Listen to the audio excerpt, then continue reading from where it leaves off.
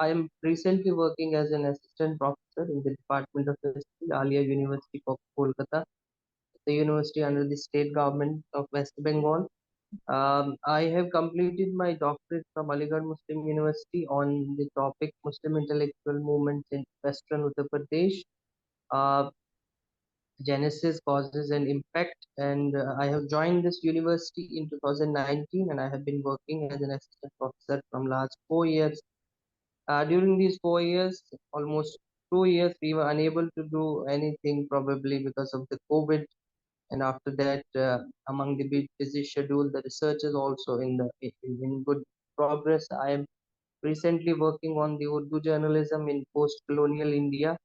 I have published almost 3 or 4 papers in UDC Catalyst journals during this period. I have also given more than 5 or 6 invited lectures in the different organizations and different seminars and conferences. Besides, there are also two research scholars which are working under me. One is on working on the topic architecture of the Bengal, and another is working on the circus, the growth and emergence of circus in India during 19th century.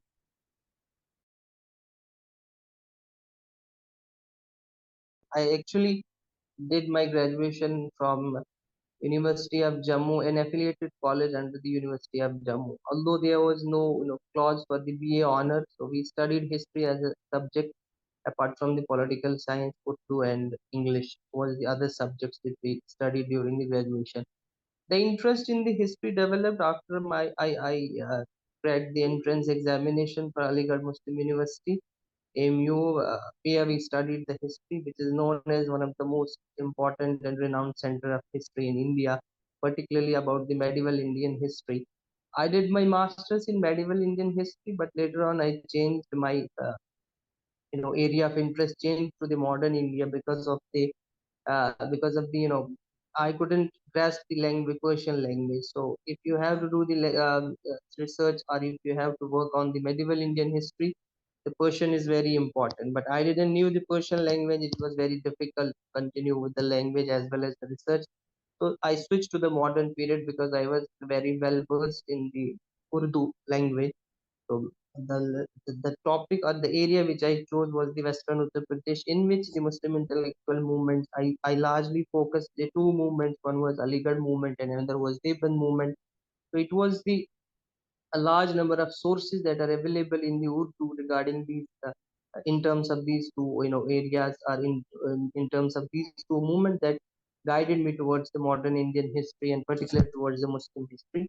And later on, I have been working on the several identity issues also, and I got appointed in Kolkata. So here I have started working on the institution Muslim public institutions which were in post-colonial India active, as well as the Urdu journalism, that is in fact one of the area which has been untouched. Well, the first advantage is that you are accustomed to the situation of the social, cultural, and political environment. We understand much better than those who are not living in the Asian. Although I am not criticizing or judging their capabilities, but it is that when you live in an environment, you get more adapted to that and accustomed to the what were the changes, what are the different things that make it, that necessitate or that initiate those changes. And another important thing is the abundance of sources. If you're working in on Asia, you will find the different sources that enable us to look the history from the different perspective. And there are several models, there are several literature that is being recently explored that has been linked with the history. This literature you can find probably only in Asian countries also, because the British Library or the British records, whatever they have the information on the Asian, that is largely the sources, those were written or those were with interest of the British or other countries they carried. Although there are some sources which they carried on, but a larger bulk of the sources that will enable to look the history from the different perspective, it exists in India, and living in an Asia and working on that, it helps a lot.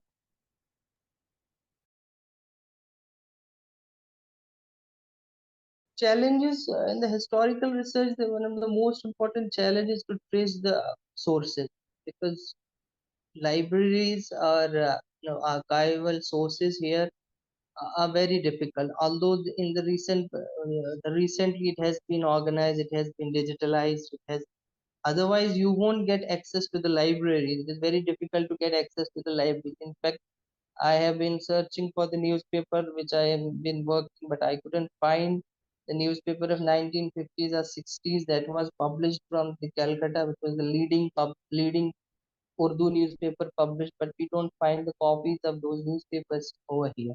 So this is one of the drawbacks or the challenges that the staff here largely they, until and unless you have some recommendations from the um, political leaders or something influential person, you won't be given the permission to use several sources. That is one of the most challenging things. The second important thing is that the literature is so varied. If you work on a particular area, it can be in several languages. So then you have to grasp the languages, and it is very difficult to grasp the essence of the language. While translate, you find the translations available, but in the translation we didn't find the essence of those writings. So that is one important another challenge, one which have to overcome while doing the historical research in India, particularly. What is the political situation over in the country? Different organization, when a government change, then they would sponsor only those research proper projects. Those are very akin to their likings. Otherwise, those projects which are different to the political ideologies, they didn't get promoted, or they didn't get sanctioned any money for that. So that is also one hindrance to the research in. There are hardly any secular institutions, unbiased institution that favors those projects, that grant the funding to the project. Well, under the new frameworks which has been provided by the UGC, there are largely any courses which we can individually make available or which we can individually offer. There are only in the MA courses. We have introduced, particularly I have introduced a paper that is Indian Muslim intellectuals from 18th to 20th century, in which we have been trying to study the different intellectuals, the evolution of the thoughts of intellectuals, largely tracing from the Shah Waliullah, who was the first intellectual, is considered as one of the first intellectual in the Indian history among the Muslim. Later on, there was some reformists, and then the revivalist, what the sections, different sections, and Barelvi thought, different intellectual thoughts all over the India, particularly in the northern India. And now this university is also this university is situated in Bengal, so we have also incorporated few intellectuals from the Muslim community of the Bengal, which includes Sayyid Amir Ali, Nawab Abdul Latif, Qazi Nazrul Islam, and Ruqayya Sakhawat Hussain, among the one of the women who contributed a lot towards the education. So this course is in fact one of the introduction that is largely focused to study the intellectual thoughts and currents, which is which has been evolving throughout the centuries in the Indian milieu, and how these thoughts has affected the Muslim politics, Muslim social life, and how the thoughts of these intellectuals have also been manipulated to target the community. That is also the part of the paper.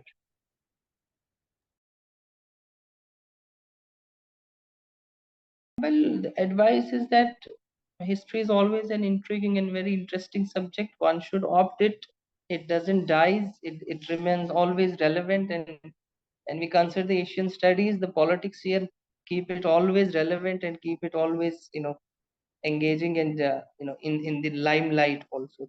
So for the historical research, one should be very careful that what aspect or what period of the historiography or history he is trying to research. And if you are interested in the medieval Indian, ancient Indian history, then make sure that you must know at least two languages, Sanskrit and Pali, or whatever relevant literature you are going to consult for your research. If you are studying the medieval Indian history, then it is very much that you should know the Persian language, because there has been several mistakes and there has been several issues with the translated works which is going on. And nowadays we hardly find any good Persian teacher. In fact, in Calcutta we have been trying to find any a person who is very fluent in the Persian, basically classical Persian. If you are learning the Persian but you are learning modern Persian, you won't be understand a single page of classical text of the Persian that is that can be used for the historical research in medieval India. Then if you are writing on the modern Indian history, it is very necessary that you should know the regional languages, because the regional, there have been always the regional variations in every sort of historical research. If we look at the Urdu language, yeah, Urdu literature, which I am studying, there have been, the Urdu language has undergone a criticism. Urdu journalism has undergone a criticism in the north, that it was divide of the secular priorities. It poses a negative impact on the Muslims, and it exposes the Muslims to the communal, the elites among the community, which led them to the communal politics. They didn't promoted the secular and democratic ideas. But if you will study the Urdu journalism in the Bengal, is a very secular and very democratic nature of the Urdu journalism. So to be varied in the research is one of the most important thing. You should not, if you're studying a particular period or the region of history, but you should be